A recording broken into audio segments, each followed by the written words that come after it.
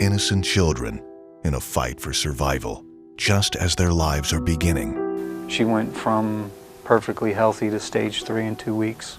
Mothers and fathers struggling to keep it together, emotionally and financially. We just looked at each other and we said we need to prepare to lose it all.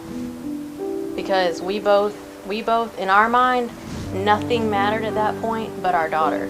Stepping in to ease the burden, an organization with heart. Anything where there's a chance it could slip through the cracks, we're there for that. Inspired by a young man who lost his battle with cancer. Because of him, Jay's legacy, it lives on. Action News Jax presents the Tom Coughlin Jay Fund, a legacy of help and hope. Hi everybody, I'm Dan Hicken. There's no denying Tom Coughlin has one heck of a football resume. He built the Jaguars franchise from the ground up, leading them to 8 playoff games, including 2 conference championship appearances. He won 2 Super Bowls in New York with the Giants, both over arguably the greatest coach and quarterback in NFL history, Belichick and Brady. But his greatest legacy is the Tom Coughlin Jay Fund, helping families tackle the overwhelming realities of childhood cancer. What he has done for thousands of families in our area can't be measured in terms of wins and losses, and it will never be forgotten. This is their story. This is his story. This is the Jay Fund. From the emotional toll it takes to the financial burden, the Jay Fund helps to lighten that load by helping families with medical expenses, bills, and even the mortgage. It also provides a real-life playbook, teaching families how to manage their finances and get organized. The Jay Fund is also there emotionally for families, providing psychological services for young patients and organizing once-in-a-lifetime events to make kids feel like kids again, helping them smile and creating happy memories. The Jay Fund also plans for the future, giving brave patients and survivors scholarships to achieve their dreams. To truly understand the powerful impact of the Jay Fund, you have to meet the families that it's helped. For the Walker family, working with the Jay Fund was life-changing. This is their story in their own words.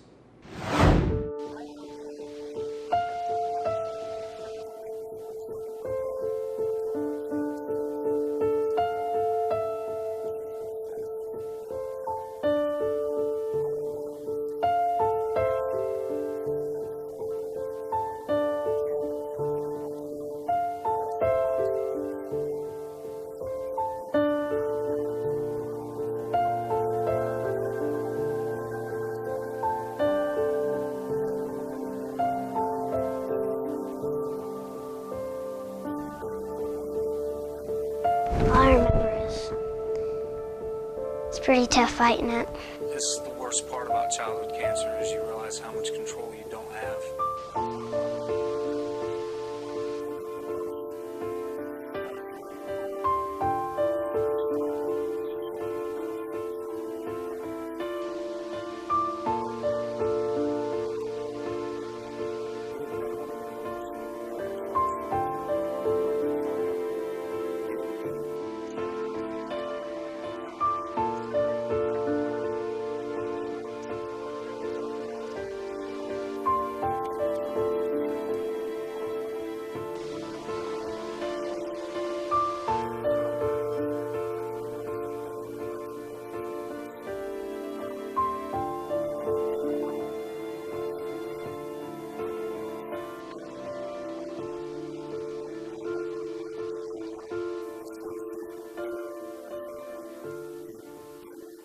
When they put me through that machine, they saw no cancer.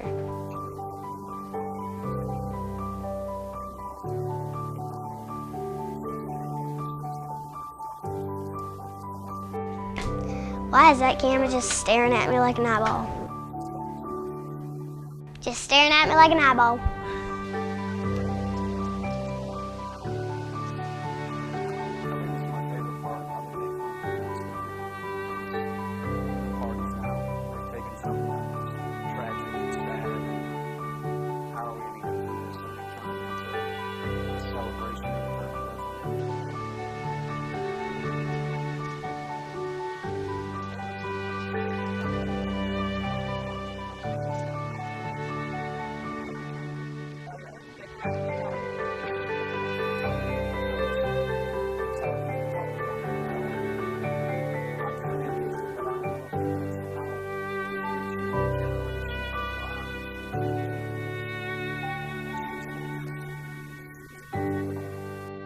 It's always incredible to see the impact the Jay Fund has on the lives of local families.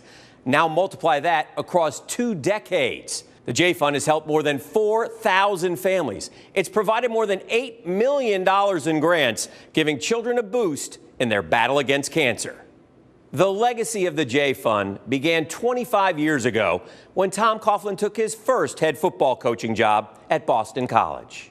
And I said to him, Tom, you know, what did Jay do that made such an impression on you? And he said, you're his mom. You're his mom, right?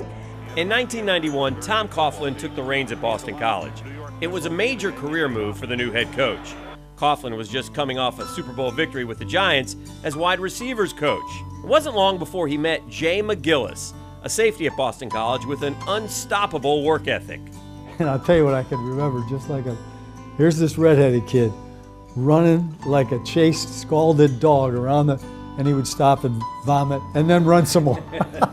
He did it with a smile.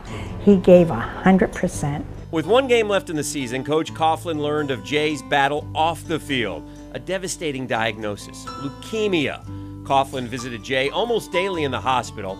It was there he saw the toll it took on his young player and family.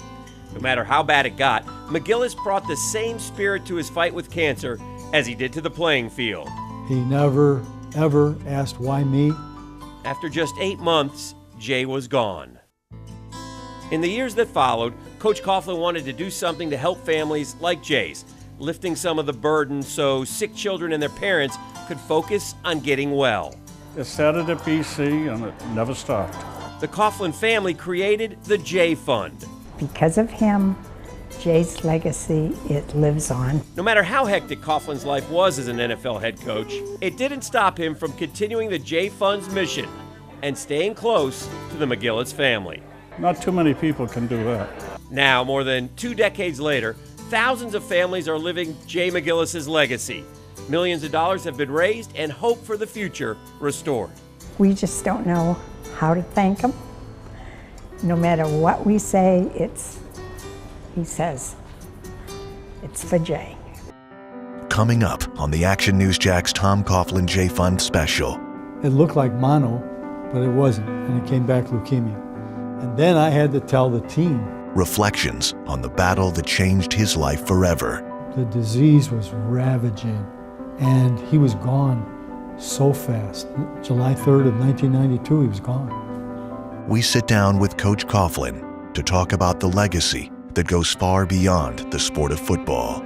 Plus, a calling that never ends with goals that always grow. How the Jay Fund achieves its mission. Welcome back to Action News Jax presents the Tom Coughlin Jay Fund, a legacy of help and hope. It's always surprising to learn that Tom Coughlin is 70 years old. The man is always going. His energy and laser focus leave an impression on you.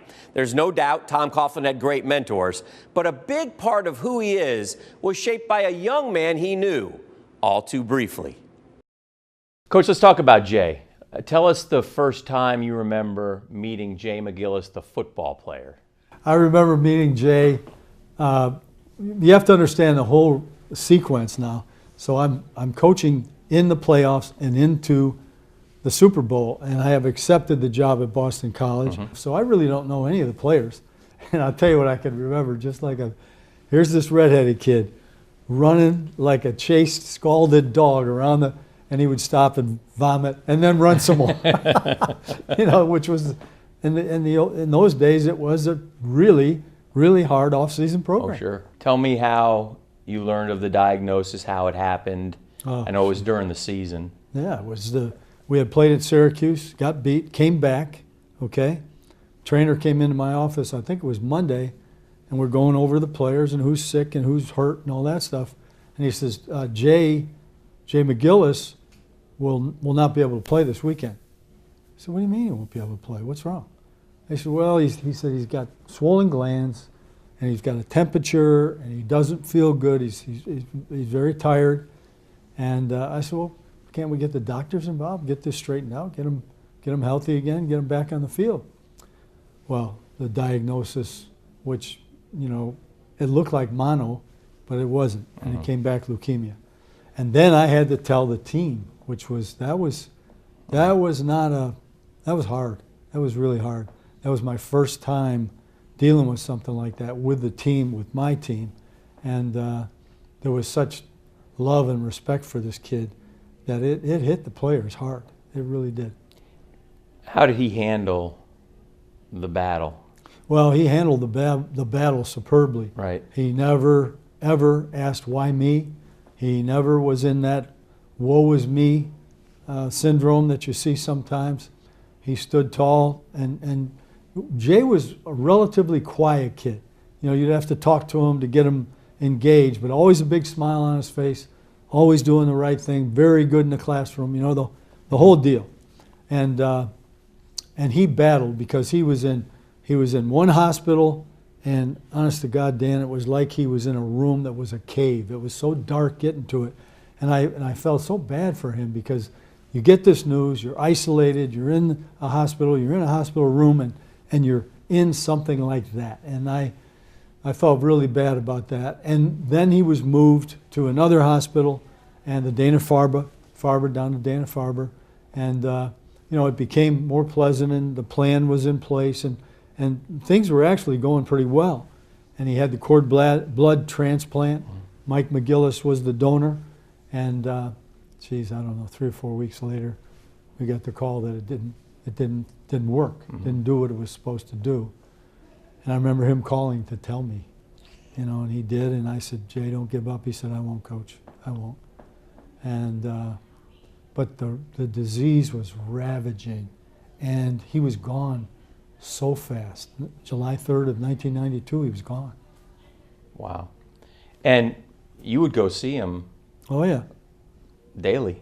You'd Daily. Make a little zip over there and. Daily, maybe every other day, maybe 5 days a week. No, you know, there was no count. Right. It would just work like this. We were, you know, going into spring ball. And so David DeGuglielmo, who's been in the National Football League, the offensive line coach with the Patriots for 1 year, Miami, San Diego, you know, these types of places. I'd say, David, get the car.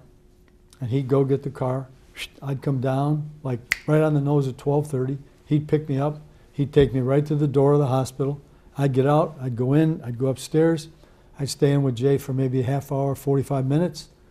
And then we would visit. I would keep him up to date on the practices, what was going on, how we were doing in the spring, who looked good, who didn't look good, you know, so he could be engaged, you know, and maybe something more other than just thinking about the illness. But no, I visited a lot, and I really felt like it was important to show Jay the support that he needed to understand he wasn't alone. And that's a big factor here.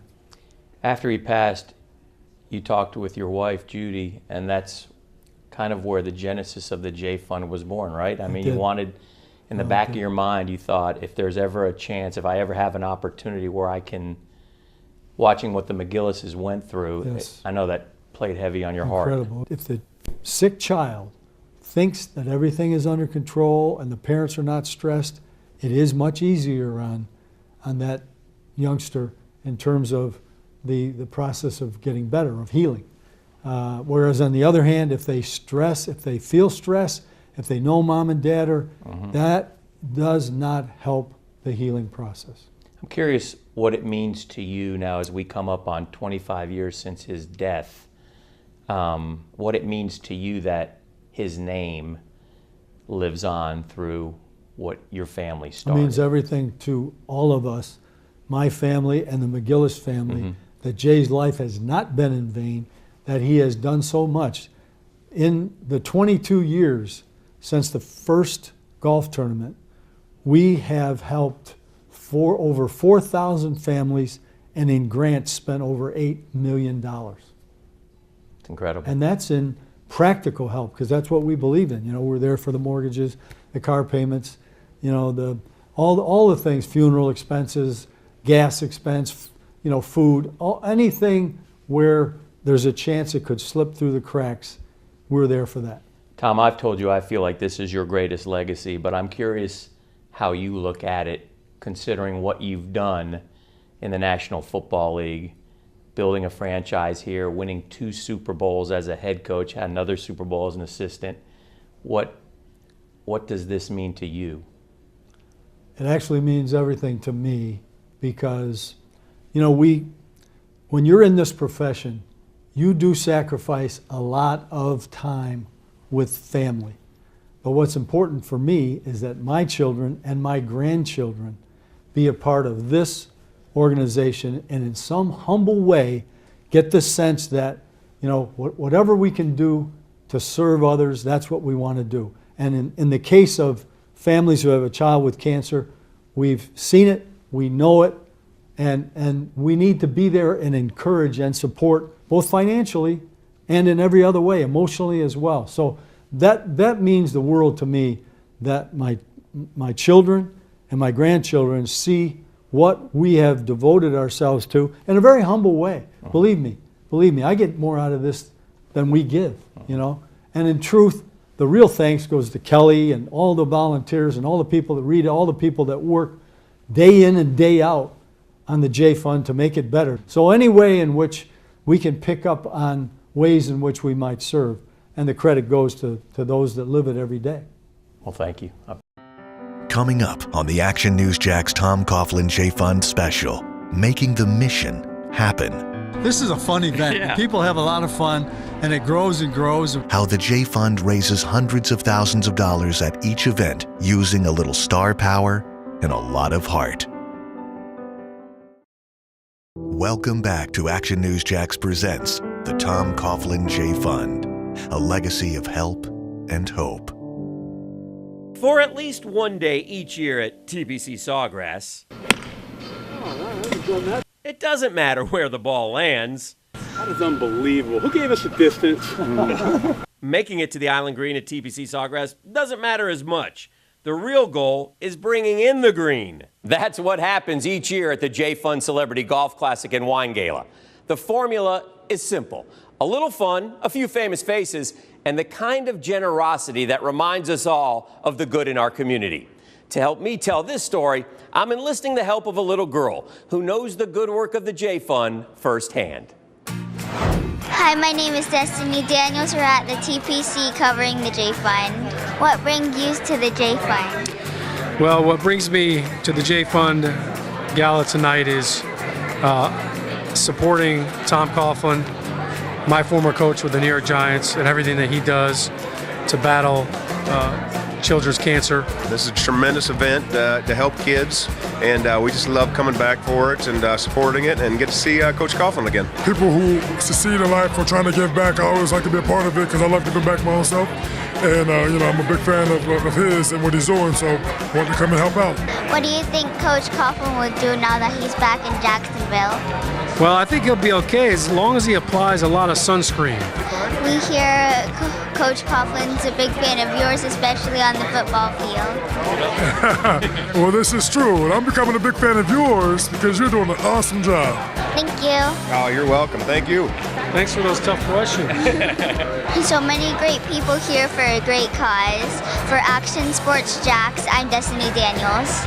Still to come on the Action News Jax Tom Coughlin J Fund special, a sanctuary away from illness in the middle of a hospital.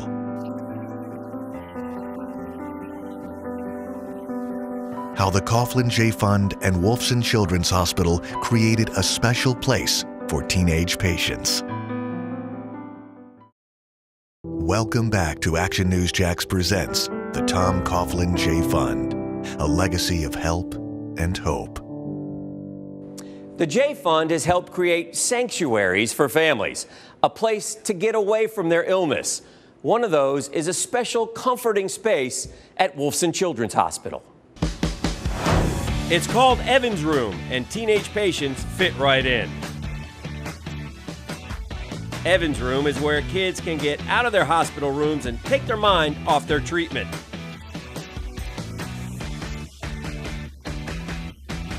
A small space that makes a big difference to these kids. So how can you help the J Fund accomplish its mission? 3 ways. You can give, be an impact player, or volunteer. The first is the easiest. Give to the cause. The J Fund accepts money, frequent flyer miles, even your donated stock shares. Remember, it's all tax deductible. The second way to help, become an impact player. The J Fund will help you create your own team of fundraisers. Businesses can also step up to be partners. And finally, be a volunteer. This could change your life.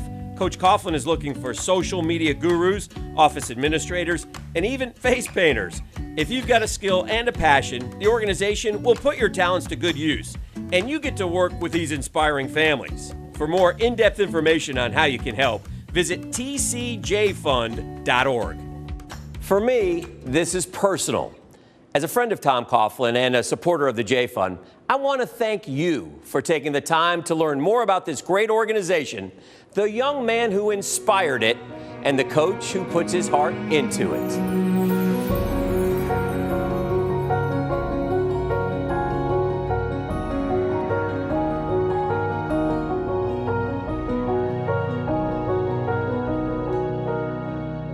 This has been a special presentation of CBS 47 Action News Jax.